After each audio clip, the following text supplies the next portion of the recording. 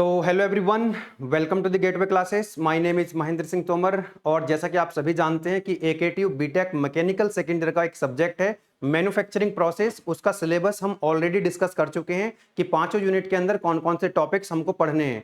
और unit number 1 के अंदर जो हमारा पहला टॉपिक है दैट इज मेटल कास्टिंग, आज हम स्टार्ट करने जा रहे हैं। और आज हमारा ये यूनिट नंबर 1 का फर्स्ट लेक्चर है। अब डेली बेसिस पे आपको मैन्युफैक्चरिंग के लेक्चर्स देखने के लिए मिलते रहेंगे। तो आज के इस लेक्चर में हम लोग क्या डिस्कस करने वाले हैं कि आज हम देखेंगे कि जो मैन्युफैक्चरिंग प्रोसेस बेसिकली होता क्या है, क्योंकि फर्स्ट लेक्चर है और हमारा सब्जेक्ट का नाम है मैन्युफैक्चरिंग प्रोसेस। तो सबसे पहले हम देखेंगे कि मैन्युफैक्चरिंग प्रोसेस होता क्या है। Then classification of manufacturing process, कितने टाइप्स के मैन्युफैक्चरिंग प्रोसेस होते हैं और किसी भी प्रोडक्ट को बनाने के लिए हमको कौन सा मैन्युफैक्चरिंग प्रोसेस यूज करना होता है, वो किस बात पर डिपेंड करता है, ठीक है ना। देन हम आएंगे अपने टॉपिक पे दैट इज कास्टिंग। कास्टिंग की डेफिनेशन क्या होती है, कैसे हम कास्टिंग को डिफाइन करते हैं, मेटल कास्टिंग को। कास्टिंग टर्मिनोलॉजी की बात करेंगे, कौन कौन सी टर्म्स हैं जो कास्टिंग के अंदर यूज होती हैं। फिर advantage, disadvantage and application of casting की हम लोग बात करने वाले हैं।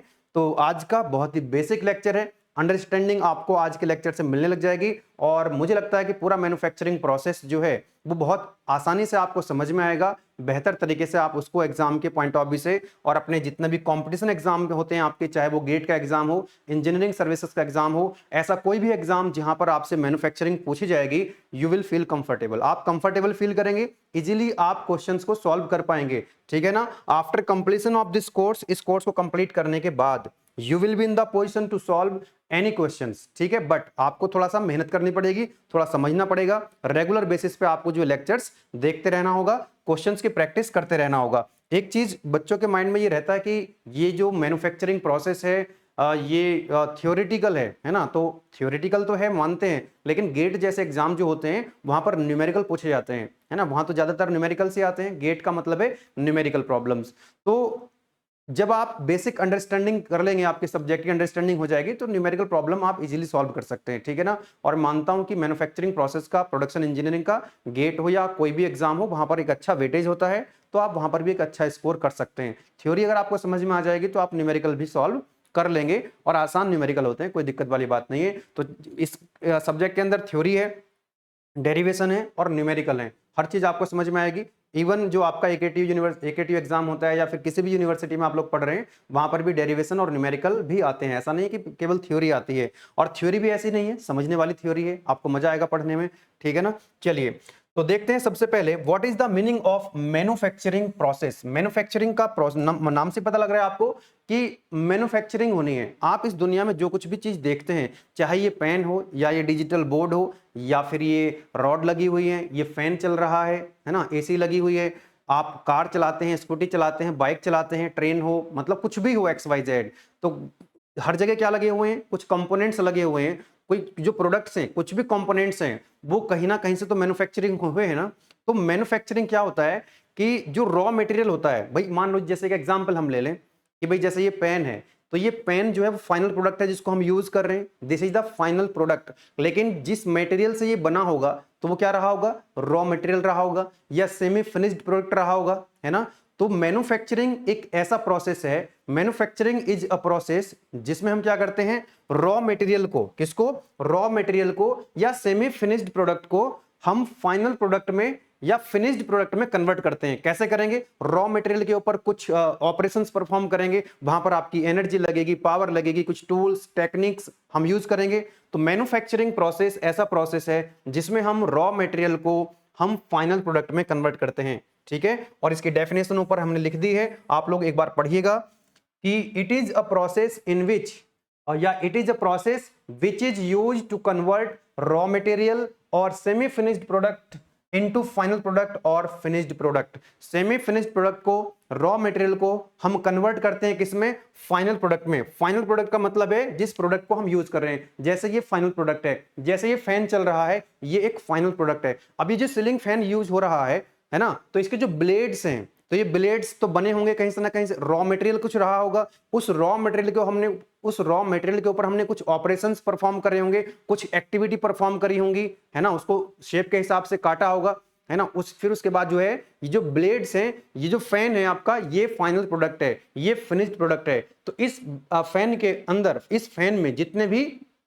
कंपोनेंट्स लगे हुए हैं, ये किसी ना किसी रॉ मटेरियल से, किसी ना किसी सेमी फिनिश्ड प्रोडक्ट से बने हैं। उसके ऊपर जो हमने परफॉर्म करी है एक्टिविटीज, जो हमने प्रोसेस परफॉर्म करे हैं, that is manufacturing process. I hope कि मैन्युफैक्चरिंग प्रोसेस एक ब्रॉड टर्म है ना। मैन्युफैक्चरिंग प्रोसेस क्या है, एक ब्रॉड टर्म है, आपको ये बात समझ आ गई होगी। ठीक है, now classification of manufacturing process. Classification of manufacturing process, ये जो मैन्युफैक्चरिंग प्रोसेस होता है इसको हम कैसे क्लासिफाई कर सकते हैं। देखो, अब कोई भी ऑब्जेक्ट है, कोई भी प्रोडक्ट है, वो किसी ना किसी मैन्युफैक्चरिंग से बना होगा। कौन कौन से मैन्युफैक्चरिंग हो सकते, अब हो सकता है कि ये जो ब्लेड बने हैं ये किसी एक मैन्युफैक्चरिंग से बने होंगे, फैन के जो ब्लेड्स हैं। अब फैन की जो रॉड है, ये रॉड किसी दूसरी मैन्युफैक्चरिंग प्रोसेस से बने होंगे, कोई अदर टेक्निक यूज करी होगी।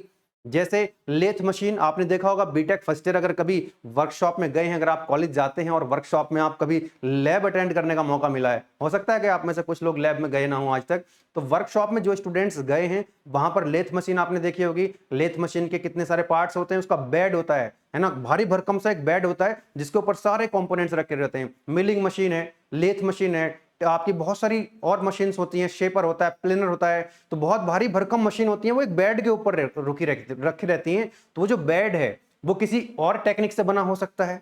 ये जो कर्टेन की रॉड आप देख रहे हैं ये किसी और प्रोडक्ट से बनी होती है। आईसी इंजन के अंदर आप देखते हैं कनेक्टिंग रॉड है, पिस्टन है, सिलेंडर है, अब वो अलग अलग कंपोनेंट्स अलग अलग मैन्युफैक्चरिंग प्रोसेस से बने होते हैं। तो कौन कौन से मैन्युफैक्चरिंग टेक्निक्स या मैन्युफैक्चरिंग प्रोसेस हैं अपने पास जहां पर ये प्रोडक्ट बनाए जा सकते हैं, तो इन जनरल हम बात कर रहे हैं। इसके अलावा और कुछ क्लासिफिकेशन भी हो सकता है। This is the general classification. पहला आता है आपका कास्टिंग, जो कि आज ही हम इसी लेक्चर के अंदर स्टार्ट करने वाले। कास्टिंग क्या होता है, तो कास्टिंग एक मैन्युफैक्चरिंग प्रोसेस है। अभी देखेंगे कास्टिंग के अंदर क्या होता है। एक होता है आपका metal forming process. Metal forming का मतलब होता है कि कोई भी हम मेटल लेंगे, रॉ मटेरियल, उसको फॉर्म करेंगे, मतलब उसकी शेप एंड साइज को चेंज करेंगे, है ना। कैसे कर सकते हैं, जैसा आपने देखा होगा, एक लोहार का एग्जांपल आप ले सकते हैं, है ना। लोहार क्या करता है, एक मेटल ले, देखो लोहार से अगर मान लीजिए लोहार, हम बोलेंगे कि एक मेटल है, मान लीजिए कोई स्टील है या कोई कुछ भी मेटल है, हम बोलेंगे उसको कि एक क्या बनाना है, इस तरह की शेप बनानी है, तो क्या करेगा वो, एक लोहे का एक पीस लेगा और उसको पहले क्या रखेगा, फर्नेस में रखेगा, भट्टी में, उसको हीट करेगा, उसको जो है हीट सप्लाई करेगा। और जब हीट सप्लाई करते हैं मेटल को, तो क्या होता है, मेटल की स्ट्रेंथ कम हो जाती है, वो रेड रेड हो जाता है। और जब रेड रेड हो जाएगा तो उसको ऐसे पकड़ के और जो उसके एनविल के ऊपर रख के उसके ऊपर हथौड़ा चलाएगा, है ना, हैमर चलाएगा, और उसको गोल गोल घुमा घुमा के ऐसे करके मतलब ऐसी शेप बना देगा। तो हमने क्या करा, इसमें मेटल को डिफॉर्म कर दिया, मेटल को क्या कर दिया, डिफॉर्म कर दिया। तो वो मेटल फॉर्मिंग प्रोसेस है, जिसको हम फॉर्जिंग कहते हैं। जो लोहार वाला काम होता है वो फॉर्जिंग के अंदर आता है। इसी तरह से मान लीजिए हम लोग क्या कर सकते हैं, और भी टेक्निक्स होती हैं फॉर्मिंग के अंदर, जैसे एक्सट्रूजन है, वो भी हमारे सिलेबस में है। एक्सट्रूजन से भी हम क्या कर सकते हैं, मेटल को डिफॉर्म कर सकते हैं, कोई दिक्कत नहीं है, अभी नहीं हो सकती आपके लिए टर्म, है ना, वो सब समझ में आ जाएगा आपको, है ना। चलिए, तो ये एक टेक्निक हो सकती है मेटल फॉर्मिंग प्रोसेस। समझ में आ रहा है आपको। मैन्युफैक्चरिंग का मतलब है कि हमको डिजायर्ड शेप एंड साइज के ऑब्जेक्ट बनाने हैं। इसी वाली जो शेप है, ये वाली जो शेप है, इस शेप को हम कास्टिंग से भी बना सकते हैं, इसी प्रोडक्ट को हम मेटल फॉर्मिंग से भी बना सकते हैं, और इसको हम इसका यूज करके बना सकते हैं ज्वाइनिंग प्रोसेस का भी। ज्वाइनिंग प्रोसेस का मतलब समझ में आ रहा है आपको, what is the meaning of joining process, कि दो या दो से ज्यादा ऑब्जेक्ट हैं, है ना, और उनको क्या करना है, ज्वाइंट बनाना है, जोड़ना है। तो उसके लिए भी बहुत सारी टेक्निक्स हो सकती हैं। जैसे कोई दो प्लेट है, उनको ऐसे हमने जोड़ना है, तो हमने क्या करेंगे, होल करेंगे उस दोनों प्लेट में और एक नट बोल्ट लगा देंगे, तो वो भी एक ज्वाइनिंग प्रोसेस है। रिविट लगा देंगे तो वो भी एक ज्वाइनिंग प्रोसेस है। उनको फेविकोल चिपका देंगे, वो भी एक ज्वाइनिंग प्रोसेस है। ठीक है, तो एक टेक्निक होती है ज्वाइंट करके कोई भी फाइनल प्रोडक्ट बनाना, फिनिश्ड प्रोडक्ट बनाना ज्वाइनिंग के माध्यम से, दैट इज वो कैटेगरी बन जाती है ज्वाइनिंग। जैसे वेल्डिंग है, हम वेल्डिंग पढ़ेंगे, अपने सिलेबस में है, यूनिट नंबर 3 के अंदर वेल्डिंग पढ़ेंगे हम लोग। गैस वेल्डिंग है, आपकी आर्क वेल्डिंग है, और रेजिस्टेंस वेल्डिंग है, तीनों वेल्डिंग है। ठीक है, उसके बाद आता है आपका रिमूवल प्रोसेस। रिमूवल का मतलब होता है मशीनिंग प्रोसेस। जब हम कोई भी ऑब्जेक्ट बनाते हैं, फिनिश्ड प्रोडक्ट बनाते हैं, मेटल को काट के, मेटल को छील के, है ना, मेटल को रिमूव करा के, मेटल को काट के जब हम कोई भी desired shape and size obtain करते हैं, वो किसके अंदर आता है, आपका रिमूवल प्रोसेस, मशीनिंग प्रोसेस। अगर आपने वर्कशॉप में गए होंगे तो आपने देखा होगा लेथ मशीन के ऊपर क्या करते हैं, लेथ मशीन में एक वर्कपीस होता है, वो घूमता रहता है और एक कटिंग टूल आता है, उसको काट देता है, छील देता है, उसके ऊपर आपने न जाने कितने ऑपरेशंस परफॉर्म करे होंगे अगर लैब में गए हैं। जैसे टर्निंग प्रोसेस होता है आपका, टेपर टर्निंग होता है आपका, और जो है टेपर टर्निंग के अलावा आपका नर्लिंग ऑपरेशन होता है, ग्रूविंग ऑपरेशन होता है, बहुत सारे ऑपरेशंस होते हैं वहां पर, ड्रिलिंग होता है वहां पर आपका, मिलिंग के अंदर भी क्या करते हैं, मेटल को काटते हैं हम लोग। तो जब भी डिजायर्ड शेप एंड साइज हम ऑब्टेन करेंगे मेटल को काट के, तो उसको हम बोल रहे होंगे क्या, मेटल रिमूवल प्रोसेस। ऐसा समझ लीजिए जैसे रॉ मटेरियल है आपके पास खीरा, है ना, अब खीरे को थोड़ी ना कि खीरे को ऐसे पकड़ के खा जाओगे, ऐसा खा लेते हैं कोई लोग, कोई दिक्कत वाली बात नहीं है, लेकिन फाइनल प्रोडक्ट क्या होगा उसका, जब आप सलाद बनाएंगे तो जो खीरा है वो आपका वर्क पीस है, और जो चाकू है, जो नाइफ है, वो क्या है, उसका कटिंग टूल्स है ना, तो उसके कांटेक्ट में आएगा, उसको छीलना स्टार्ट कर देगा, चिप्स के फॉर्म में मेटल रिमूव हो जाएगा, in the form of chips जो है वो मेटल रिमूव हो रहा होगा, और फिर उसको आप काट के अपने डिजायर्ड शेप एंड साइज में ऑब्टेन कर लेंगे, फाइनल प्रोडक्ट आपको सलाद मिल जाएगी, उसको आप आराम से खा सकते हैं। तो ऐसा जो प्रोसेस होता है मेटल रिमूवल प्रोसेस होता है। अब एक आता है आपका रीजनरेटिव मैन्युफैक्चरिंग, एडिटिव मैन्युफैक्चरिंग के नाम से भी इसको जानते हैं, लेयर बाय लेयर यहां पर जो है मैन्युफैक्चरिंग हो रही होती है। अब ये कुछ टेक्निक्स हैं, ये कुछ मैन्युफैक्चरिंग प्रोसेस हैं, ये एक जनरल क्लासिफिकेशन है, ये एक ब्रॉड क्लासिफिकेशन है मैन्युफैक्चरिंग का। अब ये किस बात पे डिपेंड करेगा कि कोई भी ऑब्जेक्ट अगर हमको बनाना है, कोई भी प्रोडक्ट अगर हमको बनाना है, तो कौन सा मैन्युफैक्चरिंग प्रोसेस हम यूज करें। पहली बात तो ऐसा हो सकता है कि एक प्रोडक्ट को बनाने के लिए इनमें से एक या दो या तीन combination of process, combination of these techniques हम यूज कर सकते हैं। एक फाइनल प्रोडक्ट बनने के लिए हो सकता है कास्टिंग करनी पड़े, कास्टिंग के बाद हमको मशीनिंग करनी पड़े, उसको मेटल को रिमूव करके फिनिशिंग करनी पड़े, तो कॉम्बिनेशन भी यूज हो सकता है। और किस बात पे डिपेंड करेगा, डिपेंड करेगा कि ऑब्जेक्ट जो आप बना रहे हो इनमें से कौन सी मैन्युफैक्चरिंग टेक्निक हमको यूज करनी है। ये इस बात पे डिपेंड करेगा कि जो आप कंपोनेंट बना रहे हो, जो आप ऑब्जेक्ट बना रहे हो, उसका यूज कहां पे है, उसके एप्लीकेशंस कहां पर है, उस पर लोडिंग कंडीशंस क्या है, इस बात पे भी डिपेंड करेगा। जैसे क्रेन है ना, जो क्रेन होती है, वो जो अब मान लीजिए कोई व्हीकल्स खराब हो गया, क्रेन जो है वो लोड को कैरी करती है, तो वो क्या करती है, इस तरह का एक हुक लगा रहता है, इस पर जो काफी लोड आता है, एक छोटा सा हुक है उसमें, ऐसे जो है क्रेन, एक बस एक क्रेन है वो एक ट्रक को टांग के ला रही है ऐसे, तो पूरा का पूरा लोड इसके ऊपर आ जाएगा। ये कंपोनेंट कितना स्ट्रांग होना चाहिए आप सोच करके बताओ। तो जब आपको बहुत ज्यादा स्ट्रेंथ चाहिए होती है, तो हम मेटल फॉर्मिंग के अंदर एक प्रोसेस आता है जिसको हम बोलते हैं फोर्जिंग, तो वहां पर हमको फोर्जिंग से बनाना पड़ेगा, वो मशीनिंग से नहीं बनाएंगे, क्योंकि मशीनिंग से वो स्ट्रेंथ उसके अंदर आएगी नहीं, है ना, कितनी स्ट्रेंथ चाहिए इसके अंदर। तो ये डिपेंड करता है कि कौन सी टेक्निक से हमको उस कंपोनेंट को बनाना है, कि उसका एप्लीकेशंस कहां पे, जो प्रोडक्ट आप बना रहे हो उसका यूज कहां पे है, उस पर लोडिंग कंडीशंस कहती हैं, किस तरह की लोडिंग कंडीशन है, लोड वेरी कर रहा है कि लोड स्टैटिक है, वो सारी चीजें डिपेंड करती है। दूसरी चीज इस बात पे भी डिपेंड करता है कि जो कंपोनेंट आप बना रहे हो उसको बनाने के लिए कौन सी टेक्निक यूज करोगे, इस बात पे भी डिपेंड करेगा कि वो कौन सा मटेरियल है जिसका आप प्रोडक्ट बना रहे हो, वो कास्ट आयरन है कि वो माइल्ड स्टील है कि वो एल्यूमिनियम है, वो क्या है, वो कौन मैन्युफैक्चरिंग कर रहे हो, जिसको आपने जिसके ऊपर आप ऑपरेशन परफॉर्म करोगे, ठीक है, इस बात पे भी डिपेंड करेगा। उसका साइज क्या है, जो प्रोडक्ट आप बना रहे हो, भारी प्रोडक्ट है, कोई छोटा, जैसे मान लीजिए कनेक्टिंग रॉड है या कोई वॉल बना रहे हो आप, इस बात पे भी डिपेंड करेगा, या लेथ मशीन का बेड बना रहे हो, भारी भरकम बेड है, 100 टन का 200 टन का कोई ऑब्जेक्ट है वो बना रहे हो आप, तो ऐसा थोड़ी ना कि आप किसी भी टेक्निक का यूज कर लोगे। ये डिपेंड करेगा कि उसका साइज कितना है, ऑब्जेक्ट का जो कंपोनेंट आप बना रहे हो उसका साइज कितना है, ठीक है, उस बात पे भी डिपेंड करता है। चलिए, उसके भी इस बात पे भी डिपेंड करता है कि उसकी कॉस्ट कितनी आनी है ना, कॉस्ट कई कुछ ऐसा है, इसके अंदर कुछ प्रोसेस ऐसे होंगे, ऐसी टेक्निक्स भी होंगी जिनको बनाने के लिए कॉस्ट, कुछ कंपोनेंट्स बनाने के लिए कॉस्ट ज्यादा आएगी, किसी की प्रोसेस से क्या आएगी, कम आएगी। इस बात पे भी डिपेंड करेगा कि नंबर ऑफ प्रोडक्ट जो है वो कितने बनाने हैं, कि मैन्युफैक्चरिंग जो हो रही है कंपोनेंट्स की वो कितने हो रही है, संख्या कितनी है, उनकी नंबर कितना है, तो ऐसे कुछ और भी पैरामीटर्स हो सकते हैं। तो हम क्या करेंगे, जो भी सुटेबल टेक्निक्स होगी उस सुटेबल टेक्निक का, उस सुटेबल मैन्युफैक्चरिंग का या कॉम्बिनेशन ऑफ मैन्युफैक्चरिंग प्रोसेस का यूज करके उस पर्टिकुलर कंपोनेंट को बनाते हैं। अब मैन्युफैक्चरिंग तो बहुत बड़ी टर्म है, आप देख सकते हैं कि भाई इस दुनिया में जितने भी कंपोनेंट्स आप देख सकते हो वो किसी ना किसी मैन्युफैक्चरिंग टेक्निक से बने होंगे। हवाई जहाज के अंदर जितने भी कंपोनेंट्स लगे हैं इनमें से ही कोई टेक्निक उसमें यूज करी गई होगी उस प्रोडक्ट को बनाने के लिए। ये फैन चल रहा है, इसके जितने भी कंपोनेंट्स हैं किसी न किसी मैन्युफैक्चरिंग टेक्निक से वो बनाया गया होगा। आप स्कूटी चलाते हैं, बाइक चलाते हैं, कार चलाते हैं, उनके अंदर जितने भी कंपोनेंट्स लगे हुए हैं वो सभी कंपोनेंट्स इनमें से ही किसी प्रोसेस से, किसी मैन्युफैक्चरिंग प्रोसेस से या कॉम्बिनेशन से बनाया गया होगा। आई होप कि आपको एक अंडरस्टैंडिंग मिली होगी कि व्हाट इज मैन्युफैक्चरिंग प्रोसेस। आगे चलते हैं। नाउ हमारा जो टॉपिक है यूनिट नंबर 1 के अंदर मेटल कास्टिंग, जो आज लेक्चर नंबर 1 के अंदर हम लोग पढ़ने वाले हैं कि कास्टिंग होती क्या है। कास्टिंग एक मैन्युफैक्चरिंग प्रोसेस है। आपने देखा अभी मैंने क्या बताया आपको कि कास्टिंग एक मैन्युफैक्चरिंग प्रोसेस है। अब वन बाय वन हम डिटेल में डिस्कस करने वाले हैं। अभी हम यूनिट नंबर 1 के अंदर कास्टिंग डील करेंगे, यूनिट वाइज जब हम लोग चल रहे होंगे। चलिए अब डिटेल में डिस्कस करते हैं what is the meaning of casting. देखो, कास्टिंग एक ऐसा मैन्युफैक्चरिंग प्रोसेस है जिसमें हम क्या करते हैं कि जिस मटेरियल का हमको प्रोडक्ट बनाना है, जिस मटेरियल का हमको प्रोडक्ट बनाना है, उस मटेरियल को, उस मेटल को पहले मेल्ट करना पड़ता है भट्टी में, फर्नेस में ले जाएंगे उस। एक अच्छा मैं एग्जांपल समझाता हूं, एग्जांपल से आपको चीजें समझ में आएंगी। आप एक बहुत ही सिंपल सा एग्जांपल ले लीजिए, आप एक सिंपल सा एग्जांपल ले लीजिए। मान लीजिए कोई स्टील है, एक स्टील का हमको एक रॉड बनानी है, एक स्टील की क्या बनानी है, एक रॉड बनानी है। बहुत सिंपल सा एग्जांपल हम लेके चल रहे हैं।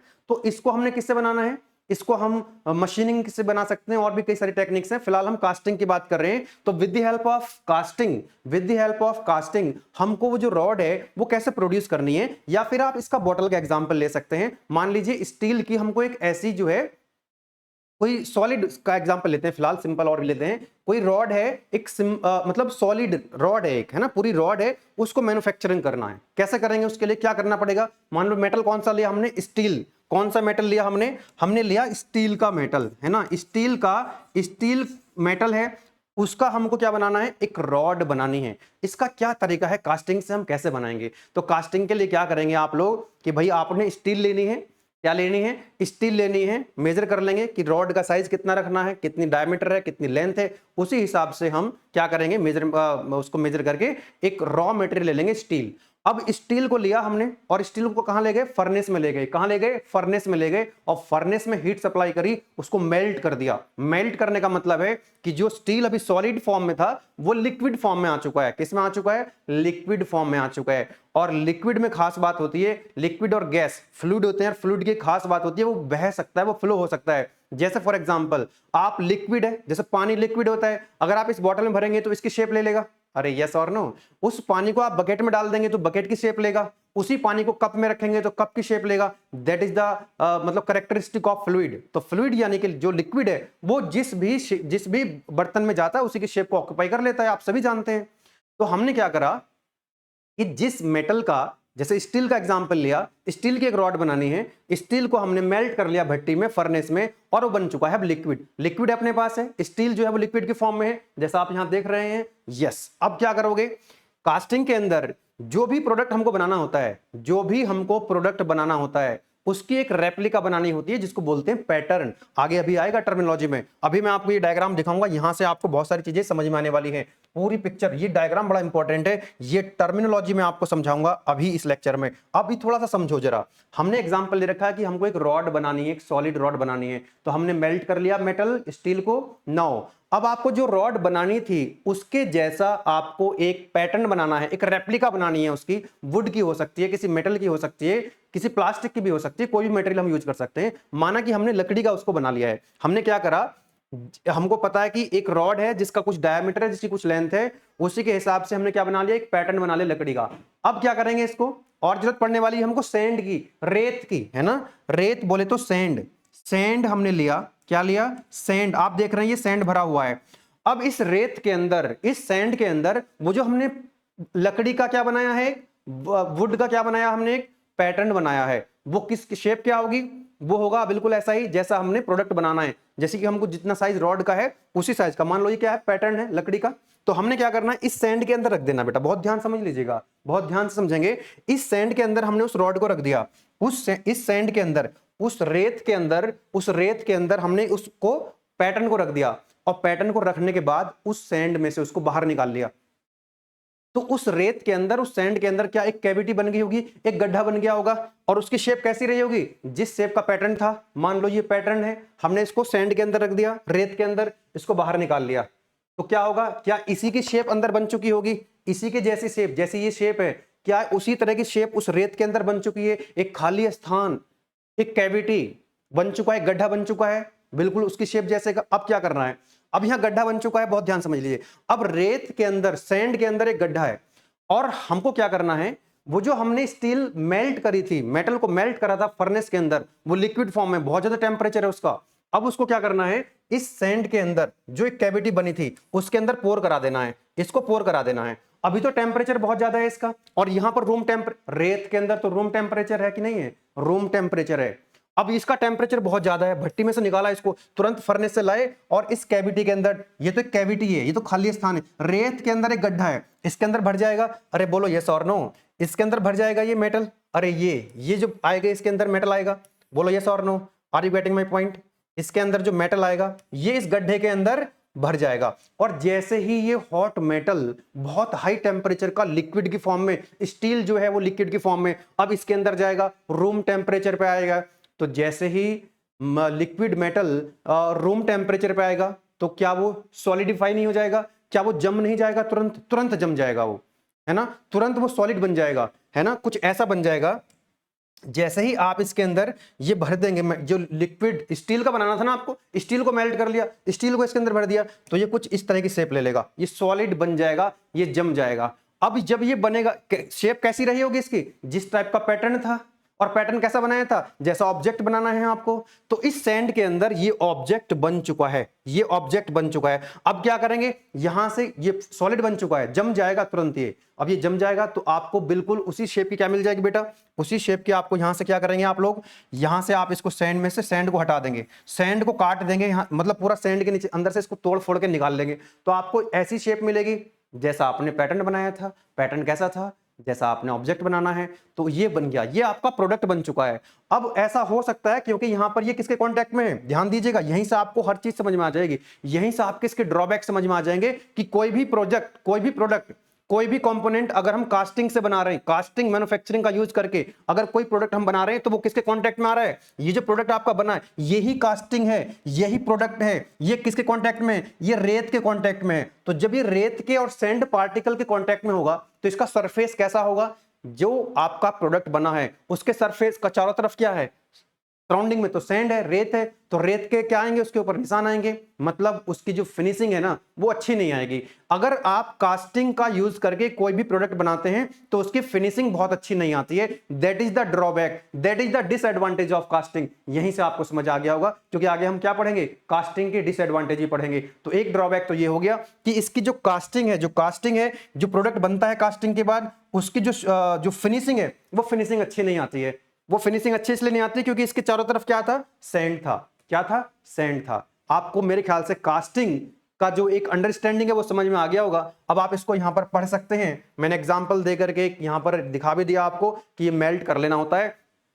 तो मैं रिपीट कर दूं, मैं कंक्लूड कर दूं कि जिस भी मेटल की आपको प्रोडक्ट बनाना है, उस मेटल को पहले मेल्ट कर लेना है, तो वो जो मेटल था वो मेल्ट हो जाएगा, लिक्विड फॉर्म में आ जाएगा। और जो प्रोडक्ट आपको बनाना है उसकी एक रेप्लिका बनानी पड़ती है, उस रेप्लिका को, उसको बोलते हैं पैटर्न को सैंड के अंदर रखते हैं, और फिर उस पैटर्न को सैंड में से, रेत में से निकाल लेते हैं, तो उसी शेप सैंड साइज की उसके अंदर कैविटी बन जाती है, सैंड के अंदर गड्ढा बन जाता है, और फिर उस गड्ढे के अंदर क्या करते हैं, जो मोल्टन लिक्विड मेटल है उसको पोर कराते हैं, उसके अंदर पोर कराते हैं, और वो जम जाता है, और जमने के बाद वो उसी शेप को ऑक्यूपाई कर लेगा जिस शेप उसके अंदर कैविटी बनी थी, जो उसके अंदर गड्ढा बना था, है ना। तो ये इस तरह से फाइनल प्रोडक्ट बन जाता है। वही चीज यहां पर सिंपल लैंग्वेज में लिखी गई है, आप पढ़ सकते हैं कि what is metal casting. It is a process in which the molten liquid metal is allowed to solidify into predefined mold cavity। ये मैन्युफैक्चरिंग, कास्टिंग एक ऐसा मैन्युफैक्चरिंग प्रोसेस है जिसमें क्या करता है, हम लोग मोल्टन लिक्विड मेटल को अलाउ करते हैं, मतलब सॉलिडिफाई करवाते हैं, सॉलिडिफाई के लिए अलाउ करते हैं कहां पर, into pre defined mould cavity. Pre defined, पहले से ही हमको उसकी शेप जो है बना के रखते हैं सैंड के अंदर। तो ये जो इसके अंदर कैविटी बनी थी ना, ये वाली जो कैविटी बनी थी, एक बार फिर से देख लीजिए, इसके अंदर जो ये कैविटी बनी थी, ये गड्ढा है, अभी ये गड्ढा है, खाली है ये, इसी को मोल्ड कैविटी बोलते हैं। इसी को क्या बोलते हैं, इसी को हम लोग बोलते हैं मोल्ड कैविटी। ध्यान दीजिएगा, ये है आपका मोल्ड कैविटी। ये जो आपका जो हमने पैटर्न रखा और पैटर्न को जब निकाल लेते हैं वहां से, तो वो जो बनती है कैविटी उसके अंदर, उसी को मोल्ड कैविटी बोलते हैं। और इसलिए कह रहा है कि ये प्री डिफाइंड मोल्ड कैविटी है। Pre defined mould cavity, pre defined का मतलब है कि इस कैविटी का साइज एंड शेप क्या होगा, ये प्री डिफाइंड है। पैटर्न जैसा हमने बनाया था, पैटर्न कैसा बनाना है, जैसा हमारा ऑब्जेक्ट है, जैसा हमारा प्रोडक्ट है। तो इसमें क्या कर दोगे अब आप, इसके अंदर आपने क्या कर दिया, इसके अंदर आपने सॉलिड, ये इसके अंदर आपने क्या करा, यहां पर आपने इसको, ये तो पूरे का पूरा ही जो है, चलिए कोई दिक्कत नहीं है, मैंने इसको करके दिखाया था आपको पहले। ये क्या बन जाएगा आपका सॉलिड प्रोडक्ट, ये, क्योंकि जब इस कैविटी के अंदर यहां से मोल्टन लिक्विड मेटल पोर कराएंगे, वही चीज लिखा गया। आफ्टर सॉलिडिफिकेशन, जब इसके अंदर ये मोल्टन लिक्विड मेटल जाएगा तो वो क्या हो जाएगा, सॉलिडिफाई हो जाएगा, जम जाएगा। तो सॉलिडिफाई होने के बाद इसको हम ब्रेक कर लेंगे। Breaking the mould object is taken out which is known as casting. इसको तोड़ फोड़ के बाहर निकाल लेंगे, यही आपका प्रोडक्ट है, जिसको हम कास्टिंग भी बोल देते हैं। इस प्रोडक्ट का नाम, इस ऑब्जेक्ट का नाम क्या होगा, कास्टिंग होगा। आई होप कि आपको कास्टिंग की डेफिनेशन समझ आ गई होगी, है ना, आपको बेसिक अंडरस्टैंडिंग समझ आ गई होगी और थोड़ा सा आइडिया लग गया होगा कि हाँ यार, कास्टिंग से हम कैसे मैन्युफैक्चरिंग करते हैं, कास्टिंग से मैन्युफैक्चरिंग कैसे करते हैं। पहले उसको मेल्ट करना पड़ेगा, भट्टी में ले जा करके, फर्नेस में ले जा करके उसको मेल्ट कर लो, और फिर जब मेल्ट हो जाएगा तो उसको किसी ऐसे, मतलब ऐसा ही एक पैटर्न बता दिया मैंने आपको, पैटर्न वहां से जब सैंड से निकालते हैं, वहां ले जाकर उसको जमा दो, उसको सॉलिडिफाई करा दो, तो उसी शेप एंड साइज का प्रोडक्ट आपका बन जाएगा। अब इस तरह को आप दिमाग में रखना है कि ये क्या चल रहा है, इसी के बेसिस पे आपको इसके एडवांटेज और डिसएडवांटेज समझ में आ जाएंगे कि भाई कास्टिंग के एडवांटेज क्या होते हैं और डिसएडवांटेज क्या होते हैं। चलिए आगे बढ़ते हैं।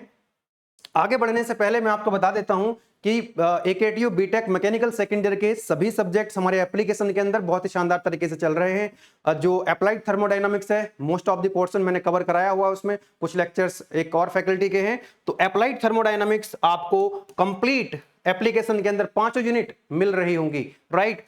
Engineering mechanics and strength of material Gurang sir बहुत ही शानदार तरीके से पढ़ा रहे हैं, और सेकंड यूनिट चल रही है, टाइम से आपका ये भी सिलेबस कंप्लीट होगा। मैन्युफैक्चरिंग प्रोसेस मैंने आज स्टार्ट कर दिया है, सैफी सर्विस को पढ़ाएंगे कुछ पोर्शन, तो ये भी आपका टाइम से सिलेबस बहुत ही शानदार तरीके से कंप्लीट करने का प्रयास करेंगे। तो ये 3 कोर सब्जेक्ट हैं आपके मैकेनिकल के। इसके अलावा 3 सब्जेक्ट आपको और पढ़ने होते हैं। एक तो आपने मैथमेटिक्स 4 पढ़ लिया होगा, या तो थर्ड सेम के अंदर नहीं पढ़ा होगा, तो इस बार मैथमेटिक्स 4 पढ़ेंगे, और वो इसके अंदर इंक्लूड नहीं होता। और मैथमेटिक्स 4 को हम इसलिए इंक्लूड नहीं कर पाते क्योंकि मैथमेटिक्स 4 थर्ड सेम में भी चलता है, फोर्थ सेम में भी चलता है। अगर फोर्थ सेम में आपका मैथमेटिक्स 4 चल रहा होगा तो एक तो मैथमेटिक्स 4, बाकी 5 सब्जेक्ट ये हैं, 3 जिसमें से कोर सब्जेक्ट हो गए। आपका जो 4th एंड 5th सब्जेक्ट है पाइथन या साइबर सिक्योरिटी में से एक आप ऑलरेडी थर्ड सेम में पढ़ चुके होंगे, जो बच गया होगा दोनों में से वो इस बार पढ़ेंगे। इसी तरह से ह्यूमन वैल्यू और टेक्निकल कम्युनिकेशन में से एक सब्जेक्ट आप इस बार पढ़ेंगे। तो कहने के लिए तो वहां पर आपको एप्लीकेशन के अंदर 7 सब्जेक्ट मिलेंगे, लेकिन 2 आपको ऐसे ही दे रखे हैं क्योंकि हमको ये नहीं पता लगता है कि आपके कॉलेज में, आपकी ब्रांच में पाइथन चल रहा है कि साइबर सिक्योरिटी चल रहा है। 5 ही सब्जेक्ट आपको कॉम्बो पैक में दिए गए हैं, 5 का ही उसमें प्राइस इंक्लूड है, ठीक है। हेल्पलाइन नंबर यहां पर दिया हुआ है, आपको कोई भी क्वेरी है, कुछ भी आप पूछना चाहते हैं तो हेल्पलाइन नंबर पे आप बात कर सकते हैं, ठीक है जी। और आज से ही अपनी पढ़ाई, देखिए बहुत सारे स्टूडेंट्स इसमें एनरोल भी कर चुके हैं, अच्छे से अपनी पढ़ाई कर रहे हैं। और आप लोग भी अगर अच्छा रिजल्ट अपने इंटरनल एग्जाम्स में, अपने सेशनल्स में, अपने पीयूटीज में, या फिर सेमेस्टर एग्जाम में आप अच्छा परफॉर्म करना चाहते हैं तो कोर्स के अंदर एनरोल कर सकते हैं। लिंक कोर्स का इस वीडियो के डिस्क्रिप्शन में आपको मिल जाएगा, और आज से ही अपनी पढ़ाई स्टार्ट करके एक अच्छा स्कोर कर सकते हैं, ठीक है। वीडियो लेक्चर्स, पीडीएफ नोट्स आपको वहां पर मिल रहे होते हैं, ठीक है। यहां पर लिखा हुआ भी है, आपको वीडियो लेक्चर्स मिलते हैं, यूनिट वाइज पीडीएफ नोट्स मिलते हैं, एकेटीयू पीवाईक्यूज भी कराए जाते हैं। आ जाइए, तो ये जो है डायग्राम आप देख रहे हैं, this is most important diagram. बहुत सारी चीजें आपको ऑलरेडी समझ आ गई होंगी और बहुत सारी चीजें यहां से आपको समझ में आने वाली हैं। कास्टिंग टर्मिनोलॉजी, कास्टिंग टर्मिनोलॉजी, पूरी कास्टिंग के अंदर ये टर्म्स यूज होती रहेंगी। एक एक टर्म को बहुत अच्छे से, बहुत ध्यान से आप लोग समझ लीजिएगा। आपको मैंने क्या बताया था, आपको मैंने बताया था कि जिस मेटल का हमको ऑब्जेक्ट बनाना है उसको पहले मेल्ट कर लेना है, फिर सैंड के अंदर जो हमने कैविटी बनाई है, मोल्ड कैविटी, पैटर्न की हेल्प से उसके अंदर मोल्टन लिक्विड मेटल को पोर कराना है। तो यहां पर कौन कौन सी टर्मिनोलॉजी है उसको जरा ध्यान से देखिएगा, उसको जरा ध्यान से देखिएगा। ये वही कुछ कहानी ऐसी है जैसे कि मैंने आपको यहां दिखाया था अभी कि मोल्टन लिक्विड मेटल को एक कैविटी के अंदर ले जाना है और उसको वहां पर सॉलिडिफाई हो जाएगा। आ जाइएगा जरा। चलिएगा, तो ये पूरे जितनी भी टर्मिनोलॉजी लिखी है मैंने यहाँ पर लिख दिया है, do not worry about that. ये नोट्स भी आपको मिलते हैं, ये नोट्स भी आपको मिलते हैं, पूरा एक्सप्लेन करूंगा डायग्राम से। और ये जितनी भी टर्मिनोलॉजी है यहाँ पर लिखी गई है, ये सब टर्मिनोलॉजी मैंने लिख दी है, आप लोग एक बार रीड आउट करेंगे सब कुछ आपको समझ आ जाएगा। जितने भी एडवांटेज, डिसएडवांटेज और एप्लीकेशंस हैं सब कुछ लिखा हुआ है, बस इसको समझने की जरूरत है। और सब कुछ सिंप्लीफाइड है, सब कुछ सिंपल लैंग्वेज में लिखा गया है, समझने में आपको कोई दिक्कत नहीं आने वाली। चलिए आ जाइए। तो ये जो आप देख रहे हैं पूरा इस तरह का जो बॉक्स है, इस तरह का जो बॉक्स है बेटा, ये पूरा जो बॉक्स है इसको बोलते हैं हम मोल्डिंग फ्लास्क, या सिंपली फ्लास्क आप बोल सकते हैं, या बोल सकते हैं इसको मोल्डिंग फ्लास्क। ओके, क्या बोल सकते हैं इसको हम लोग? Moulding flask. ये है पूरा फ्लास्क, ठीक है। अब ये जो फ्लास्क है ये दो हिस्से होते हैं इसके जनरली, एक होता है कोप और एक होता है ड्रैग। तो ये जो ऊपर वाला अपर हाफ पोर्शन है इसका, एक तो हो गया मोल्डिंग फ्लास्क। मोल्डिंग फ्लास्क तो पूरा बॉक्स है, ये पूरा बॉक्स हो गया। इस मोल्डिंग फ्लास्क का जो अपर वाला पोर्शन है उसको बोलते हैं कोप, और जो लोअर वाला होता है उसको बोलते हैं ड्रैग। ये हो गया ऊपर वाला पोर्शन कोप, ये हो गया drag. Are you getting my point? Yes और नो? इसके अंदर सब क्या भरा हुआ है? इसके अंदर ये सब सैंड भरा हुआ है ना, ये सब रेत है। ये सब क्या है? ये सब रेत भरा हुआ है इसके अंदर। ये सब क्या भरा हुआ है? रेत है, सैंड है। क्या है ये सैंड है, लिख देते हैं यहां पर, this is the sand. Okay, चलिए। तो जो मैंने आपको बताया अभी कि भाई क्या होता है आपका moulding flask. Moulding flask is one which holds the sand mould, जिसके अंदर सैंड भरा रहता है। नाउ व्हाट इज कोप? क्या होता है? The upper moulding flask. Moulding flask का जो ऊपर वाला हिस्सा है उसको हम कोप बोलते हैं, और जो नीचे वाला हिस्सा होता है the lower moulding flask. Moulding flask का जो नीचे वाला हाफ पोर्शन है उसको क्या बोलते हैं हम लोग? ड्रैग बोलते हैं। एक चीज और आती है यहाँ पर, चीक। अब ये चीक क्या होता है? एक्चुअली आपको पता है, जैसा कि मैंने आपको बताया कि एक पैटर्न बनाना पड़ता है, और पैटर्न को बना करके सैंड के अंदर रखना है और सैंड से बाहर निकाल लेना है, तभी तो कैविटी बनेगी वहां पर। तो ये कई बार क्या होता है ना, ऑब्जेक्ट बड़ा कॉम्प्लिकेटेड शेप होती है, कॉम्प्लेक्स शेप होती है, तो उसका पैटर्न भी जो है कॉम्प्लेक्स होता है। अब क्योंकि आपको जो पैटर्न है उस पैटर्न को सैंड के अंदर से निकालना भी होता है।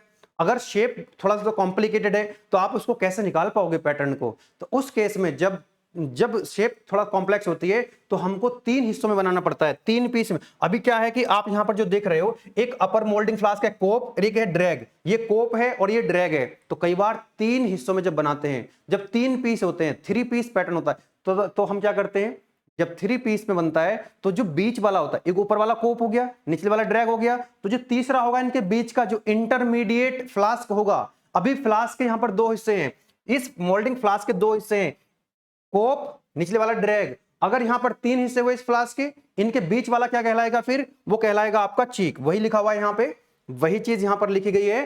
चीक क्या होता है? The intermediate moulding flask. ऊपर वाला कोप, नीचे वाला ड्रैग, उनके बीच वाला क्या होगा? उसको बोलेंगे हम चीक। ओके, चलिए वापस आते हैं। और क्या देख पा रहे हो आप यहां पे?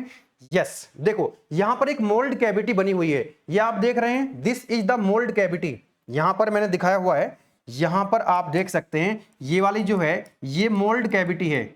ऐसा करके हमने, अब मोल्ड कैविटी क्या होती है? मोल्ड कैविटी होती है जहां पर आपने पैटर्न रखा, पैटर्न को वहां से निकाल लिया, तो जो शेप वहां क्रिएट हुई, जो साइज, जो शेप सैंड के अंदर क्रिएट हुई, जो आपका खाली स्थान है जिसके अंदर मोल्टन मेटल जाएगा और सॉलिडिफाई होकर प्रोडक्ट बन जाएगा, तो वो यही वो पोर्शन है, यही वो पोर्शन है, दिस वन, ये वही वो पोर्शन है जिसको हम क्या बोल रहे हैं? मोल्ड कैविटी बोल रहे हैं। क्या बोल रहे हैं बेटा? इसको बोल रहे हैं हम मोल्ड कैविटी। अब इस मोल्ड, ध्यान से समझना, आपने क्या देखा यहां पे? आपने देखा कि ये जो मोल्ड कैविटी बनी थी, यहां से मोल्टन लिक्विड मेटल को वहां लेके भी तो जाना है। तो भाई कैसे लेके जाओगे? आपने फर्नेस में से जिस मेटल को मेल्ट किया है फर्नेस के अंदर, उसको वहां से उस कैविटी के अंदर ले जाना है, तभी तो जाके आपका प्रोडक्ट बनेगा।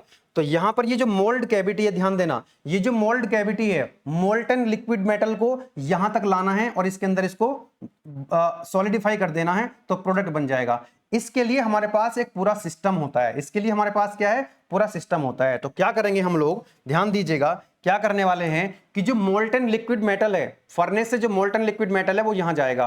कहां पे जाएगा? यहां पर। तो एक लैडर की हेल्प से, एक लैडर की हेल्प से हम क्या करेंगे, एक लैडर होता है ऐसे जिससे हम मोल्टन लिक्विड मेटल को भरते हैं ऐसे और उसमें पलटते हैं, है ना, ऐसे ऐसे, ठीक है। तो मोल्टन लिक्विड मेटल लाएंगे और इसके अंदर पोर कर देंगे, इसके अंदर पोर कर देंगे। तो सबसे पहले ऊपर एक कंपोनेंट आप देख रहे होंगे, यहां पर क्या लिखा हुआ है, that is known as pouring basin या पोरिंग कप भी कह सकते हैं इसको, पोरिंग बेसिन या पोरिंग कप। जैसे कोई ऑयल वगैरह होता है ना, ऑयल वगैरह, इस फनल शेप होती है, फनल शेप के अंदर मान लीजिए एक कंटेनर से दूसरे छोटे कंटेनर में या बड़े कंटेनर में हमको भरना होता है। तो क्या करेंगे, उस एक शेप ऐसी तरह से बनाते हैं ना, कुछ इस टाइप से बना होता है, लाइक दिस, इस तरह से।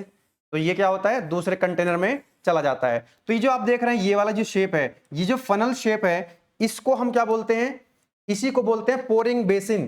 पोरिंग बेसिन क्या होता है बेटा, what is pouring basin? Pouring basin को देखो यहां पर लिख दिया मैंने, व्हाट इज पोरिंग बेसिन। आप यहां देखिएगा, पोरिंग बेसिन यहां पर लिखा हुआ है, लाइक पोरिंग बेसिन आगे है। पोरिंग बेसिन से पहले कुछ और टर्मिनोलॉजी मैं आपको समझा देता हूं। यहां पर लिखा हुआ है, सीक्वेंस में चलेंगे तो ज्यादा अच्छा रहेगा।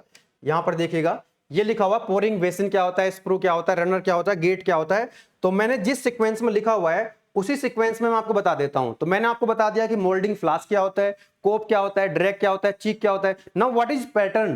पैटर्न क्या है, जैसे मैंने यहां पर आपको बताया कि जिस भी शेप एंड साइज का आपको ऑब्जेक्ट बनाना है, जैसे मान लीजिए आपको इस शेप एंड साइज का क्या ऑब्जेक्ट बनाना है, तो इसकी एक रेप्लिका बनानी पड़ेगी। ये तो आपको स्टील का बनाना है मान लीजिए, तो स्टील को तो आपने फर्नेस में ले गए, मेल्ट कर लिया, लेकिन सैंड के अंदर जो कैविटी बनानी है उसके लिए एक पैटर्न बनाना पड़ता है। और क्योंकि इस वाली ये जो शेप एंड साइज है, इसी शेप एंड साइज का ऑब्जेक्ट बनाना है, तो इसी की एक रेप्लिका बनानी पड़ती है। ये तो आपका स्टील का है, अब जो रेप्लिका बनाई है वो किसी भी मटेरियल की हो सकती है, वो प्लास्टिक की हो सकती है, मेटल की हो सकती है, वुड की हो सकती है, लकड़ी की, कुछ भी हो सकती है, बस इस शेप एंड साइज की होनी चाहिए। तो आपने ये फाइनल प्रोडक्ट बनेगा, इसकी एक रेप्लिका बना ली, सैंड के अंदर रख दिया, उसमें से निकाल लिया सैंड के अंदर से, तो कैविटी बन जाती है उसके अंदर। उस कैविटी के अंदर हमको मोल्टन लिक्विड मेटल को क्या करना है, अलाउ करना है। तो व्हाट इज पैटर्न? तो pattern is the replica of final product. Pattern क्या है? पैटर्न जो है वो रेप्लिका है। पैटर्न क्या है बेटा? What is pattern? It is the replica of final product. ये है आपकी replica of final object made with some modifications. इसमें कुछ अब बिल्कुल एग्जैक्टली नहीं कह सकते कि भाई जो पैटर्न होता है उसकी एग्जैक्ट शेप एंड साइज नहीं होती है कि इसके फाइनल ऑब्जेक्ट की, कुछ मॉडिफिकेशन उसके अंदर करने पड़ते हैं। क्या करने पड़ते हैं? और वो मॉडिफिकेशन जो है वो इन टर्म्स ऑफ अलाउंस होते हैं। तो कास्ट जो पैटर्न पे हमको अलाउंस देने पड़ते हैं। पैटर्न एग्जैक्ट रेप्लिका नहीं होती है, एग्जैक्ट रेप्लिका नहीं होती है। मान लो आपको एक रॉड बनानी थी, रॉड का जो लेंथ है मान लेते हैं वो 10 मीटर है या 1 मीटर है, तो एग्जैक्टली रेप्लिका की जो लेंथ होगी वो 1 मीटर नहीं होगी, है ना, वो कम ज्यादा हो सकती है, उसको मॉडिफाई करके बनाते हैं। तो सम मॉडिफिकेशंस उसके अंदर होते हैं। उन मॉडिफिकेशंस किस फॉर्म में होते हैं? अलाउंस की फॉर्म में होते हैं। नेक्स्ट लेक्चर में हम देखेंगे कि पैटर्न पे कौन कौन से अलाउंस होते हैं, ठीक है, वो भी इंपॉर्टेंट टॉपिक है। नेक्स्ट आता है आपका पार्टिंग लाइन। तो देखो पार्टिंग लाइन क्या होती है, यहां पर आप देख सकते हैं, ये अपर मोल्डिंग फ्लास्क जिसको हमने कोप बोला, ये लोअर मोल्डिंग फ्लास्क जिसको हमने ड्रैग बोला। तो कोप एंड ड्रैग को जो अलग करती है उसको हम बोलते हैं पार्टिंग लाइन। तो दो मोल्डिंग फ्लास्क को अलग करने वाली जो लाइन होगी, जो प्लेन होगा उस या सरफेस होगा, उसको हम क्या बोलेंगे बेटा? That is parting line. It is the dividing line between two parts of the flask. Next आता है आपका मोल्डिंग सैंड। मोल्डिंग सैंड क्या होता है? The freshly prepared refractory materials. जिसके अंदर जो सैंड भरा हुआ है, ये इस मोल्ड कैविटी के चारों तरफ जो भरा हुआ है, इसी को क्या बोलते हो आप लोग? This is the moulding sand. This is your moulding sand. क्या भरा हुआ है? ये पूरा मोल्डिंग सैंड। नेक्स्ट क्या आता है आपका? Facing sand. कौन सा सैंड है? फेसिंग सैंड वो सैंड होता है जो यहां पर जो आपका प्रोडक्ट बनता है ना, बिल्कुल इसके सरफेस में जो आएगा, इसके सरफेस में जो आएगा, या फिर यहां पर इसके अंदर की तरफ जहां पर जहां एक तरह से मान लीजिए कि जो फाइनल प्रोडक्ट बनना है उसके कांटेक्ट में जो मोल्डिंग सैंड लगाते हैं उसको बोलते हैं हम लोग फेसिंग सैंड। ताकि क्या है? फिनिशिंग अच्छी आए। ताकि क्या है? उसकी फिनिशिंग अच्छी आए। तो स्मॉल अमाउंट में होता है, बहुत ज्यादा ये नहीं होता है। फेसिंग सैंड जो है तो सरफेस पे आता है उसके। नेक्स्ट आता है आपका बेकिंग सैंड। बेकिंग सैंड जो होता है वो बल्क में होता है, यानी कि इस मोल्डिंग फ्लास्क के अंदर तो बहुत सारा सैंड भरा हुआ है, इस मोल्ड कैविटी के जो चारों तरफ आएगा सरफेस पे इसके वो तो फेसिंग सैंड हो गया, लेकिन जो पूरा बल्क में भरा हुआ है, जो इस मोल्डिंग फ्लास्क को पूरा भरेगा या जो फेसिंग सैंड को है बैकअप देगा, उसको फेसिंग सैंड लगा हुआ है ना, उसको बैकअप देगा पूरा बल्क में, जो पूरा भर जाएगा मोल्डिंग बॉक्स, उसको हम क्या बोलेंगे, बेकिंग सैंड बोलेंगे। आगे चलते हैं, नेक्स्ट आता है आपका core. What is core? Core क्या होता है? कोर का मतलब है, कोर एक ऐसा है कि जो मान लीजिए कोई ऑब्जेक्ट है, उस ऑब्जेक्ट के अंदर हमको क्या करना है, एक हॉलो कैविटी प्रोड्यूस करनी है। जैसे मान लीजिए इस रॉड के अंदर, इस रॉड के अंदर जो मैंने आपको बताया था, इस रॉड के अंदर आप चाहते हैं कि यहां पर क्या आ जाए, एक कैविटी आ जाए, कि इसके अंदर होल क्रिएट हो जाए। तो होल क्रिएट, किसी ऑब्जेक्ट के अंदर होल क्रिएट करने के लिए हम कोर का यूज करते हैं, कोर का यूज करते हैं। डायग्राम से आपको समझ में आएगा, आइएगा यहां पे जरा देखो, यहां पर हमने कोर लगा दिया है, this is the core, core की हम बात कर रहे हैं। तो हमने क्या बोला कि यहां पर एक कैविटी हमने बनाई थी, ये कैविटी थी पूरी।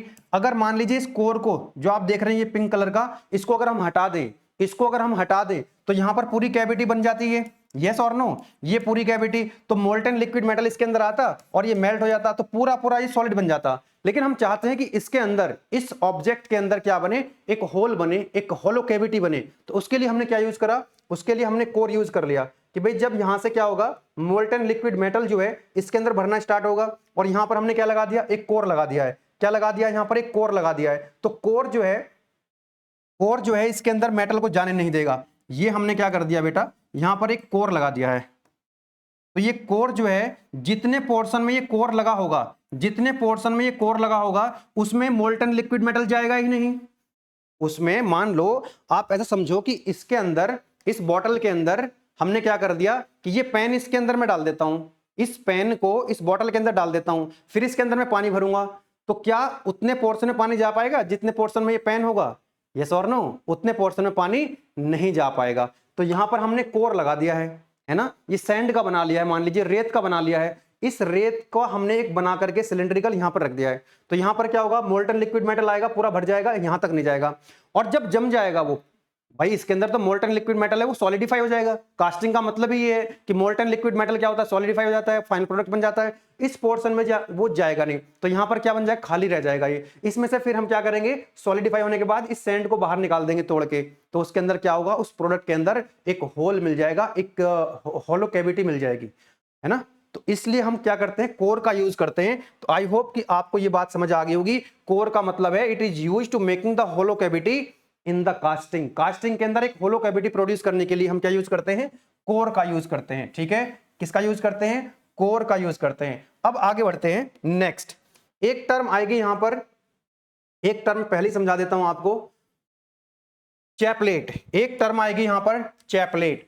Chaplets are used to support the core inside the mould cavity.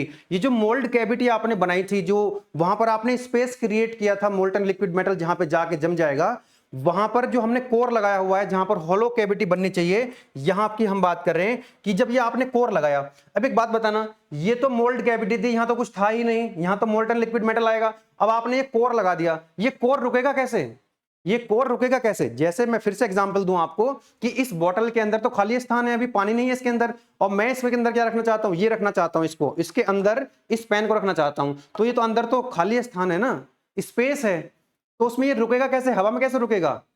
अरे बोलो यस और नो। मान लो आपको कास्टिंग से एक बहुत बड़ा ऑब्जेक्ट बनाना है, बहुत बड़ा ऑब्जेक्ट बनाना है, तो क्या करेंगे, जैसे आपका क्लासरूम है, जैसे आपका क्लासरूम है, क्लासरूम के बराबर आपको एक बहुत बड़ा एक सॉलिड प्रोडक्ट बनाना है, उसके अंदर, उसके प्रोडक्ट के अंदर एक होल भी क्रिएट करना है। तो क्या करोगे, जैसे मान लो आपका ये जो क्लासरूम है 3rd फ्लोर पे है या 2nd फ्लोर पे है, तो जो बाहर गैलरी है ना, उसमें मोल्टन लिक्विड मेटल भरा हुआ है, उस मोल्टन लिक्विड मेटल को आप कमरे के अंदर ले आओ। ये पूरा कमरा क्या है आपका, मोल्ड कैविटी है, जहां ये मोल्ड कैविटी है पूरा, उसके अंदर क्या करना है आपको, उसके अंदर आपको पूरा जमा देना है मोल्टन लिक्विड मेटल लाके। तो क्या होगा, मोल्टन लिक्विड मेटल अंदर आएगा, पूरा जम जाएगा।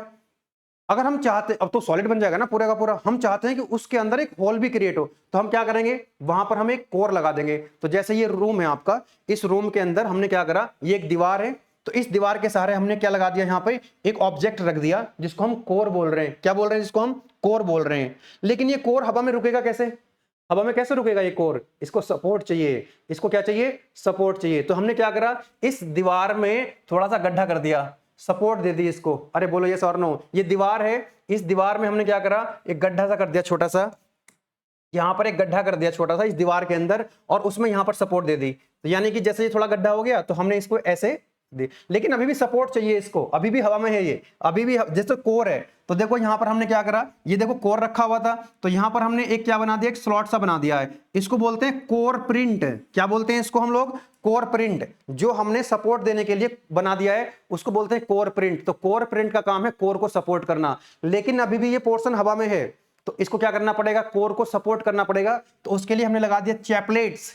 क्या लगा दिया, देखो यहां पर ये चैपलेट्स लगी हुई हैं, ध्यान दीजिएगा, ये चैपलेट्स लगी हुई हैं। तो चैपलेट्स का यूज क्या है, chaplets are use to support the core, core को सपोर्ट करने के लिए, कि ये हमको एक कोर रखी हुई है ऐसे, तो ये तो हो गया कोर प्रिंट, ये भी कोर को सपोर्ट कर रहा है, ये कोर प्रिंट है। और यहां पर हमने क्या कर दिया, कुछ स्ट्रिप लगा दी मेटल की, क्या लगा दी, कुछ स्ट्रिप लगा दी रेड कलर की जो लगी हुई, जिनको हम चैपलेट्स बोल रहे हैं। क्या बोल रहे हैं, चैपलेट्स बोल रहे हैं। तो chaplets are used to support the core. और एक बात याद रखना इंपॉर्टेंट है कि ये जो आपने चैपलेट्स लगाई हैं, अब क्या होगा, यहां से तो मोल्टन लिक्विड मेटल आएगा, इसके अंदर भर जाएगा।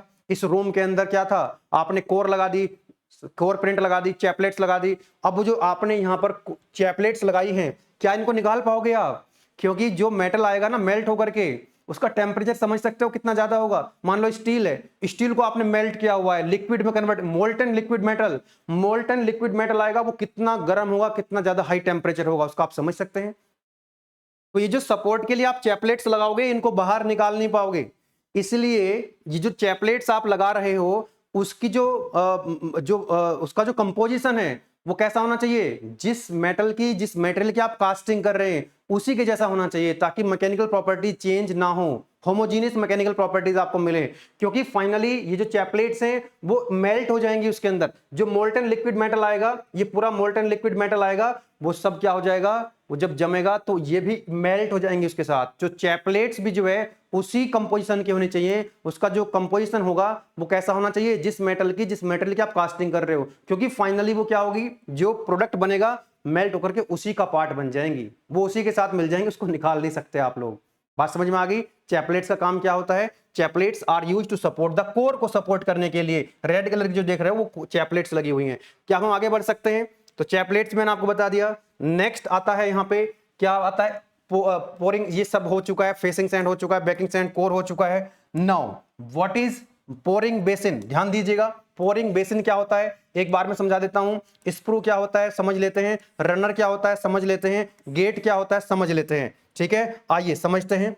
ये हम ऑलरेडी देख चुके हैं, ओके, ये हम देख चुके हैं। अब हमको समझना है 3-4 टर्मिनोलॉजी इंपॉर्टेंट बची हुई हैं, लेट अस अंडरस्टैंड। इनको मैं थोड़ा सा ऐसे बना देता हूं, थोड़ा सा नोट्स आपके और अच्छे हो जाएंगे। ठीक है, सुंदर सुंदर हो जाएंगे ना, आप भी एग्जाम में थोड़ा सा प्रेजेंटेशन अच्छी बना करके आओगे।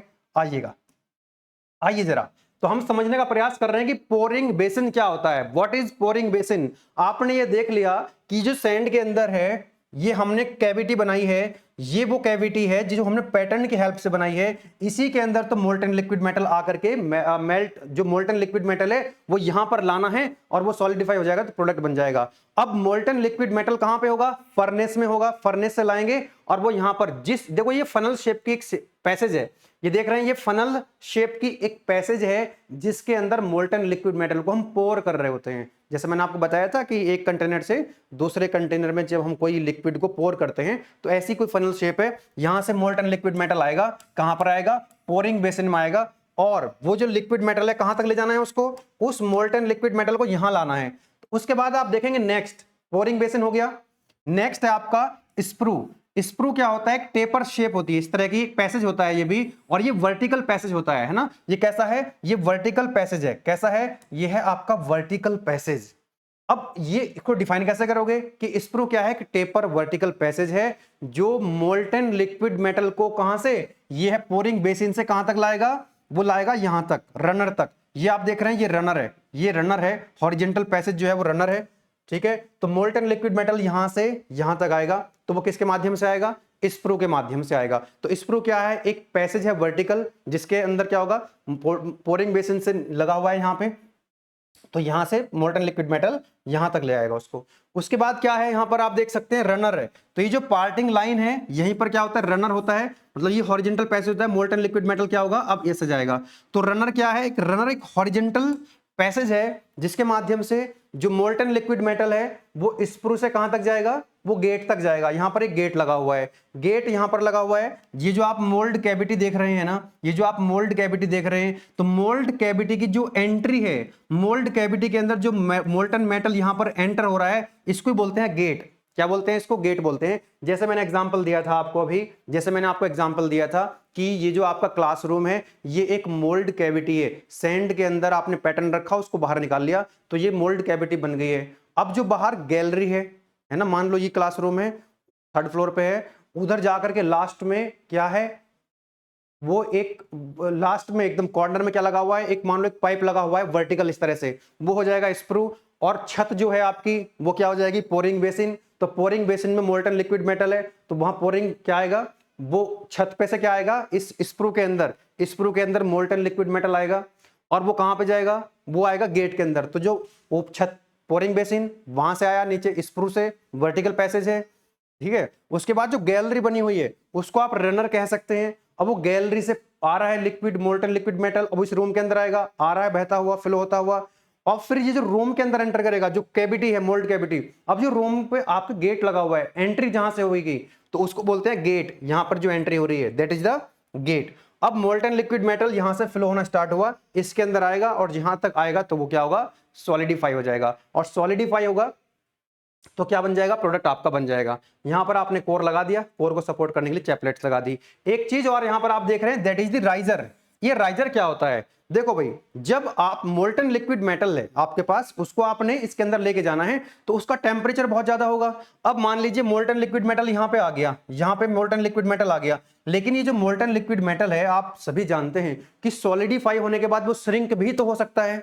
वो क्या होगा, सिकुड़ जाएगा थोड़ा सा, और सिकुड़ जाएगा तो जो फाइनल प्रोडक्ट था उसका जो साइज है वो कम हो जाएगा। अरे बोलो यस और नो।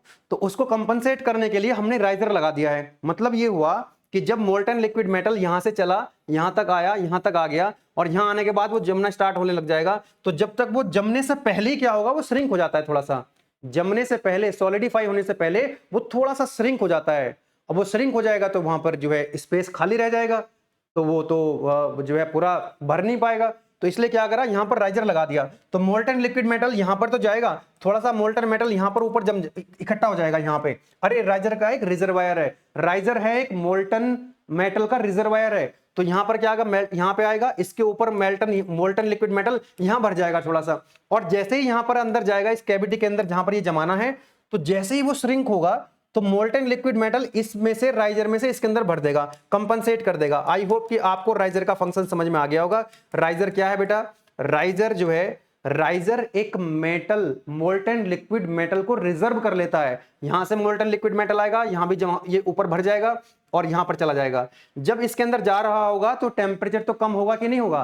अरे जब मोल्टन लिक्विड मेटल का टेम्परेचर बहुत ज्यादा था, उसका टेम्परेचर धीरे धीरे कम होगा, वो जमना स्टार्ट होगा, तो जो श्रिंक होगा, जो जम जाएगा, वो थोड़ा सा मतलब टेम्परेचर कम होगा।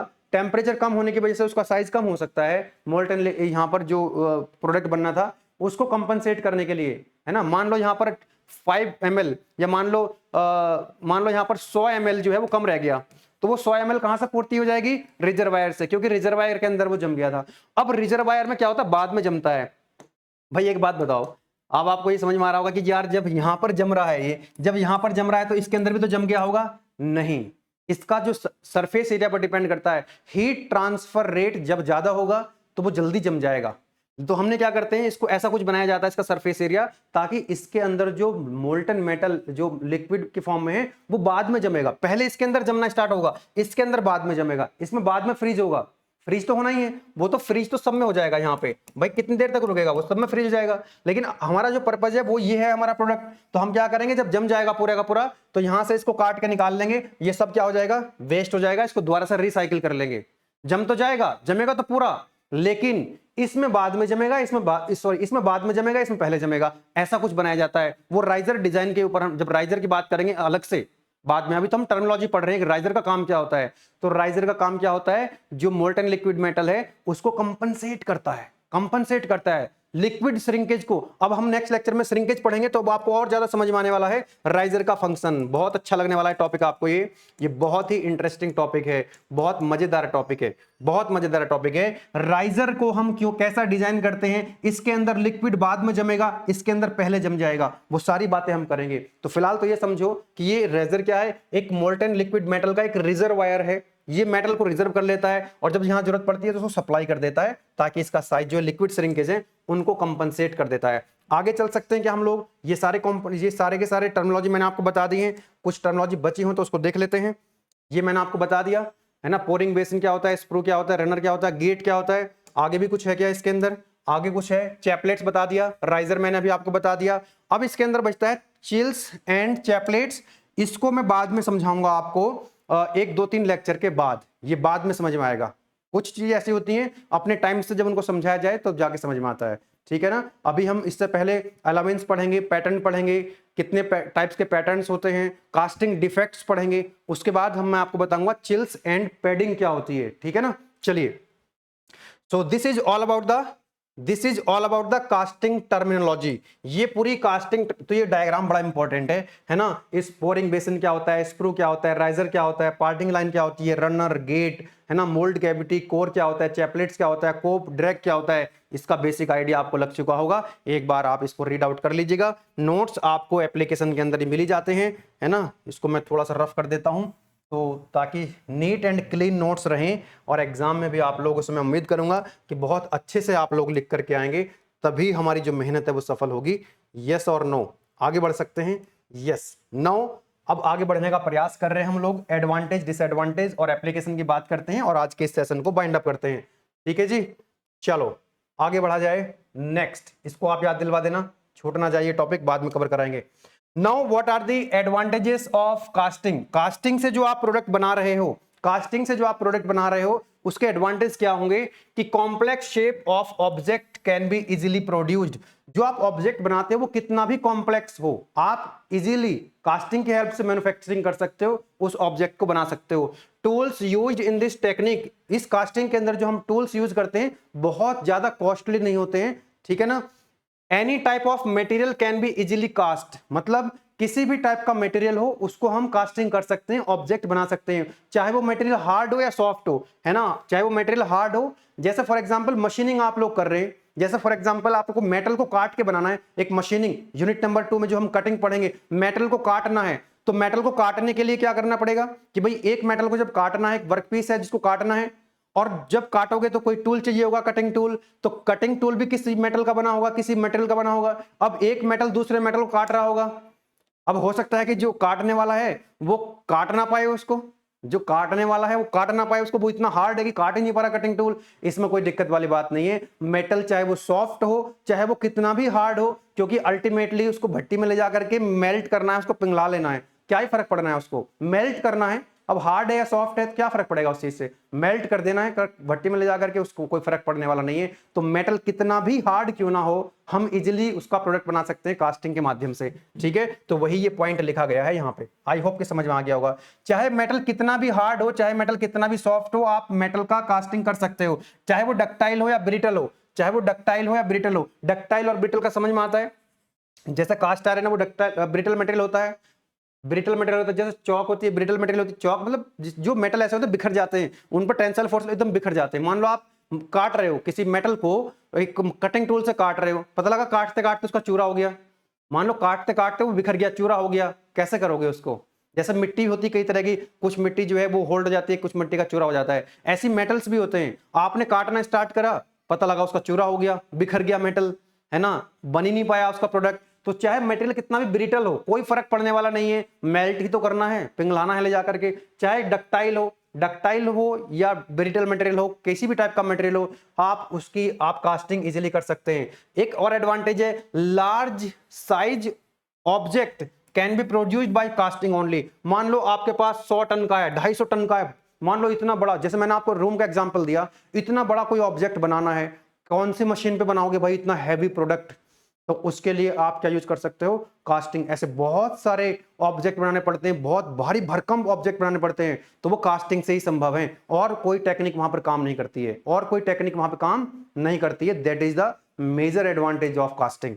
ठीक है, मेजर जितने भी आपके लेथ मशीन होती है, मिलिंग मशीन होती है, शेपर, पिलर, जो बेड होते हैं उनके बने हुए भारी भारी बेड होते हैं, वो सब किसके बनाए जाते हैं? वो सब कास्टिंग से बनाए जाते हैं। ठीक है, लेकिन एट द सेम टाइम हर एक चीज के फायदे और नुकसान दोनों होते हैं। मशीनिंग है वो एक मैन्युफैक्चरिंग प्रोसेस है, फॉर्मिंग है, फोर्जिंग है, हर किसी के नुकसान फायदे होते हैं। तो इसके भी कुछ फायदे हैं तो कुछ नुकसान भी होंगे। So what are the disadvantages of casting? Casting के डिसएडवांटेज क्या हैं? कि सरफेस फिनिश इज पुअर, क्योंकि मैंने आपको बताया था कि यहां पर जो कैविटी, जो आपका प्रोडक्ट बनता है, ये जो प्रोडक्ट बनेगा आपका, वो किसके कांटेक्ट में है? वो सैंड के कांटेक्ट में है। किसके कांटेक्ट में है? वो सैंड के कांटेक्ट में है। तो सरफेस फिनिशिंग बहुत अच्छी नहीं आती है, सरफेस फिनिशिंग बहुत अच्छी नहीं आती है। That is the drawback of casting. Surface finishing अच्छी नहीं आती है, इसीलिए फिर उसकी मशीनिंग करनी पड़ती है, मेटल को साफ करना पड़ता है, रिमूव करना पड़ता है थोड़ा सा मेटल, और इसीलिए मशीनिंग अलाउंस देने पड़ते हैं पैटर्न पे। नेक्स्ट लेक्चर में समझेंगे, मशीनिंग अलाउंस करेंगे, क्योंकि जब आपने मेटल बनाया, वो कोई ऑब्जेक्ट बनाया और उसका कुछ साइज है, अगर आपने एग्जैक्ट साइज ले लिया पैटर्न का तो एग्जैक्ट साइज बन के आएगा, और फिर फिनिशिंग करोगे, मेटल को हटाओगे तो साइज छोटा नहीं हो जाएगा फाइनल प्रोडक्ट का। इसलिए फिनिशिंग अलाउंसेस, मशीनिंग अलाउंसेस देने पड़ेंगे पैटर्न पे, बहुत इंपॉर्टेंट है, नेक्स्ट लेक्चर में पढ़ रहे होंगे हम उसको। ठीक है, दूसरा है इट इज लेबोरियस प्रोसेस है, टाइम कंज्यूमिंग प्रोसेस है। टाइम कंज्यूम ज्यादा होता है इसमें, क्योंकि पहले जिस मेटल का प्रोडक्ट बनाया उसको मेल्ट करोगे, भट्टी में ले जाओगे, लेबोरियस प्रोसेस है। मेल्ट करोगे, मेल्ट करने के बाद फिर उसके अलावा पैटर्न बनाओगे अलग से, पैटर्न से आप कैविटी बनाओगे, फिर उसके अंदर उसको क्या करोगे? उसके अंदर उसको जो है मोल्टन लिक्विड मेटल को पोर कराओगे, पोरिंग बेसिन से, स्प्रू से, रनर, गेट, फिर उसको वो सॉलिडिफाई होगा, और सॉलिडिफाई करने के बाद फिर रनर को हटाओगे, वहां से गेट को हटाओगे, जो ऑब्जेक्ट, जो मोल्ड कैविटी जहां पे थी उसको प्रोडक्ट काटोगे, फिर फिनिशिंग करोगे। So it is time consuming process. Casting objects do not have uniform mechanical property. जो कास्टिंग प्रोडक्ट बनते हैं, फाइनल प्रोडक्ट जो बनते हैं, उनकी मैकेनिकल प्रॉपर्टी जो है वो यूनिफॉर्म नहीं होती है। That is also another drawback. Properties कुछ पोर्शन में कुछ अलग प्रॉपर्टी होंगी, कुछ अलग होगी, मतलब ऐसा नहीं कि बहुत ज्यादा डिफर हो जाएंगी, बहुत ज्यादा डिफरेंस आ जाएगा, बट यूनिफॉर्म नहीं हो पाती हैं। ठीक है, क्योंकि कहीं पर मेटल जल्दी जम रहा है, कहीं पर मेटल बाद में जम रहा है, ऐसा करके कुछ रहता है। ठीक है ना, और उसके अंदर चैपलेट्स डली हुई हैं, चैपलेट्स उसी के अंदर क्या होती है, वो जम जाती हैं, उसी के अंदर मेल्ट हो जाती है, तो जिस वजह से क्या होता है कि जो यूनिफॉर्म मैकेनिकल प्रॉपर्टीज है वो नहीं आ पाती हैं। Very difficult to produce the cast, मतलब डिफेक्ट फ्री कास्टिंग आप नहीं बना सकते। जो ऑब्जेक्ट, जो प्रोडक्ट आप कास्टिंग से बनाते हो उसमें डिफेक्ट्स आने ही आने हैं, उसमें डिफेक्ट्स आने ही आने हैं। अब इसीलिए कास्टिंग डिफेक्ट्स अपने आप में एक टॉपिक है और एग्जाम में पूछा जाता है। तो कौन कौन से कास्टिंग डिफेक्ट्स होते हैं वो हम नेक्स्ट लेक्चर में या उसके नेक्स्ट लेक्चर में डिस्कस कर रहे होंगे कि कौन कौन से कास्टिंग डिफेक्ट्स होते हैं। बहुत सारे डिफेक्ट्स यहां पर आपको देखने के लिए मिलेंगे, इसीलिए इसका ड्रॉबैक है, कुछ ना कुछ उसमें डिफेक्ट रह ही जाते हैं प्रोडक्ट में, वो हम नेक्स्ट लेक्चर में पढ़ रहे होंगे। आज का सेशन बाइंड अप करते हैं इसके बाद। तो एप्लीकेशंस ऑफ कास्टिंग, कास्टिंग के एप्लीकेशंस कहां-कहां पर यूजेस होते हैं कि इंजन के जो ब्लॉक्स से बनाए जाते हैं, टरबाइन के ब्लेड्स बनाए जाते हैं, सिलेंडर के हेड्स बनाए जाते हैं, ट्रांसमिशन केसेस, पंप बनाए जाते हैं, टरबाइन के ब्लेड्स बनाए जाते हैं, बॉल बॉडी बनाई जाती है, हाउसिंग्स, इंपेलर्स। मतलब आप ये समझ लीजिए कि जहां जहां पर बहुत भारी भरकम ऑब्जेक्ट होंगे या कॉम्प्लेक्स शेप रही होंगी, है ना, आपने एडवांटेज देखा था ना, कॉम्प्लेक्स शेप आप बना सकते हो, बहुत भारी भारी ऑब्जेक्ट आप बना सकते हो। तो ये कुछ एप्लीकेशंस हैं, इसके अलावा और भी एप्लीकेशंस आपको मिल जाएंगे। तो आप लोग जो है ये आज हम लोगों ने पढ़ लिया कि कास्टिंग क्या, पहले हमने देखा मैन्युफैक्चरिंग प्रोसेस क्या होता है, देन मैन्युफैक्चरिंग प्रोसेस कितने टाइप्स के हो सकते हैं, है ना, जैसे ज्वाइनिंग प्रोसेस है, वेल्डिंग है, उसके अंदर आता है, कटिंग होता है, मेटल को काट के ऑब्जेक्ट बनाते हो, एक कास्टिंग हम लोग पढ़ ही रहे हैं, एक फॉर्मिंग प्रोसेस होता है जिसके अंदर एक्सट्रूजन और फोर्जिंग वगैरह आ जाता है। तो उसके बाद हमने देखा कि जो मैन्युफैक्चरिंग टेक्निक्स हैं, कौन सी टेक्निक्स को हमें यूज करना चाहिए वो किस बात पर डिपेंड करता है। उसके बाद हमारा जो मेन टॉपिक था आज, फिर उस पर हम आगे कास्टिंग क्या होता है ना, कास्टिंग की कौन कौन सी टर्मिनोलॉजी होती है। देन उसके बाद हमने देखा कि मतलब बहुत सारी टर्मिनोलॉजी, मेन जो था वो हमने देख लिया है ना। देन उसके बाद कौन कौन सी एक बार रिकॉल करा देते हैं, है ना, आपको भी याद हो गई होंगी कि भाई जैसे मोल्डिंग फ्लास्क होता है, उसके ऊपर वाला पोर्शन को हम कोप बोलते हैं, निचले वाले पोर्शन को हम ड्रैग बोलते हैं, एक उनको अलग करने वाली पार्टिंग लाइन होती है। अगर वो 3 पीसेस से मिलकर बना हुआ तो बीच वाला जो पोर्शन होता है इंटरमीडिएट, उसको हम चीक के नाम से जानते हैं, है ना। एक आपका पोरिंग बेसिन होता है या पोरिंग कप कह सकते हैं, फिर वर्टिकल पैसेज आपका स्क्रू आता है, देन उसके बाद रनर आता है, फिर गेट आता है, गेट के through molten liquid metal mould cavity के अंदर जाता है, मोल्ड कैविटी के अंदर क्या है, स्पेस है खाली, फिर वो वहां जाकर के मेल्ट हो जाता है। उससे पहले एक राइजर लगा रहता है जिसके अंदर मोल्टन लिक्विड मेटल जमा हो जाता है। अगर जरूरत पड़ती है तो उधर वो जो है कंपनसेट कर देता है श्रिंक होने पर, और श्रिंक के अलाउंसेस आते हैं, वो नेक्स्ट लेक्चर में आपको समझ में आएंगे, है ना। फिर हमने देखा कोर क्या होता है, होलो कैविटी को प्रोड्यूस करने के लिए हम कोर का यूज करते हैं, कोर को सपोर्ट करने के लिए हम कोर प्रिंट का और चैपलेट्स का यूज करते हैं। उसके बाद हमने एडवांटेज, डिसएडवांटेज और एप्लीकेशंस भी देख लिए हैं किसके, कास्टिंग के। आई होप कि आज का लेक्चर आपको अच्छा लगा होगा। अगर लेक्चर अच्छा लगा है, आपकी भी रेस्पॉन्सिबिलिटी बनती है कि हम लोग जो मेहनत कर रहे हैं आप लोगों के लिए, आपको इन लेक्चर्स को, आपको जितने भी, देखिए मैकेनिकल में तो बच्चे वैसे ही कम है, तो हम ये चाहते हैं कि जो भी हम कंटेंट क्रिएट कर रहे हैं, भाई कॉलेज बच्चे कम भले ही हैं, हर एक कॉलेज के अंदर बच्चे कम है, लेकिन हर कॉलेज में कुछ कुछ तो बच्चे हैं ना, उन सभी स्टूडेंट्स तक, मैकेनिकल के जहां जहां भी स्टूडेंट्स पढ़ रहे हैं किसी भी कॉलेज में, चाहे वो गवर्नमेंट कॉलेज हो या प्राइवेट कॉलेज में, अगर वास्तव में आपको ये कंटेंट अच्छा लगता है तो ये आपकी भी रेस्पॉन्सिबिलिटी है कि इस कंटेंट को आप हर बच्चे तक पहुंचाएं, उनको बेनिफिट मिलेगा, हमको भी मोटिवेशन मिलेगा। कहीं ना कहीं हम जो कोर्स चला रहे हैं तो एक मोटिवेशन तो मिलता है।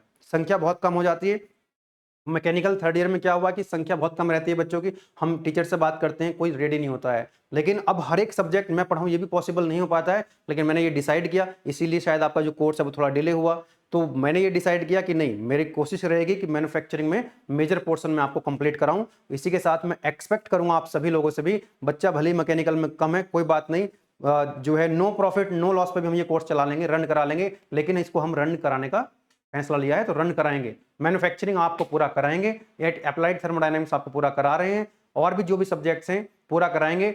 अगर आप लोग शेयर करते हैं, सभी बच्चे मैकेनिकल के, भले ही बच्चे कम है, सीएसआईटी से मैं मानता हूं बहुत बच्चे कम है, यहां पर मैकेनिकल बच्चा कम है, लेकिन अगर सारे बच्चों को आप जोड़ने का प्रयास करेंगे तो मैकेनिकल थर्ड ईयर में भी हम आपको बेस्ट कंटेंट प्रोवाइड करा पाएंगे। आप ये बात मान लीजिएगा, नहीं तो ये मुश्किल हो जाएगा थर्ड ईयर में जाकर के। अभी तो सेकंड ईयर का तो हम पूरा कराएंगे जो हमने कमिटमेंट कर दिया है, लेकिन थर्ड ईयर में थोड़ा सा मुश्किल हो सकता है अगर बच्चों की संख्या बहुत ज्यादा कम रहेगी तो, ठीक है ना। तो मेरी उम्मीद है, मुझे उम्मीद है कि आप लोग इस वीडियो को शेयर करेंगे और सभी बच्चों को कोर्सेज के बारे में बताएंगे, है ना।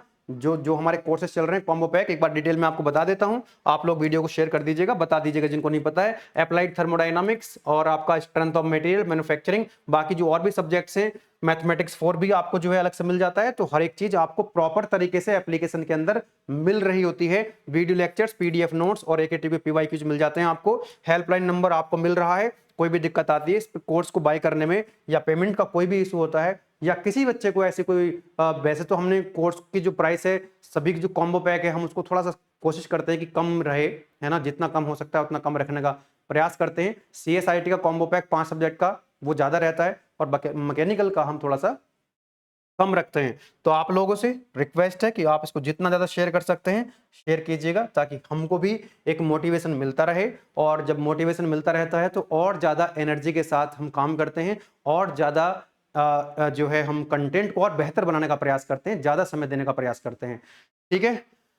तो चलिए, आप लोग अगर को लगता है कि कंटेंट वास्तव में अच्छा है तो शेयर करने के साथ साथ आप लोग भी एनरोल, अगर हम नहीं किया है तो एनरोल कर लीजिए और पूरा कंटेंट एक्सेस कीजिए और एंजॉय कीजिए कंटेंट को। मिलते हैं नेक्स्ट वीडियो लेक्चर में। Thank you.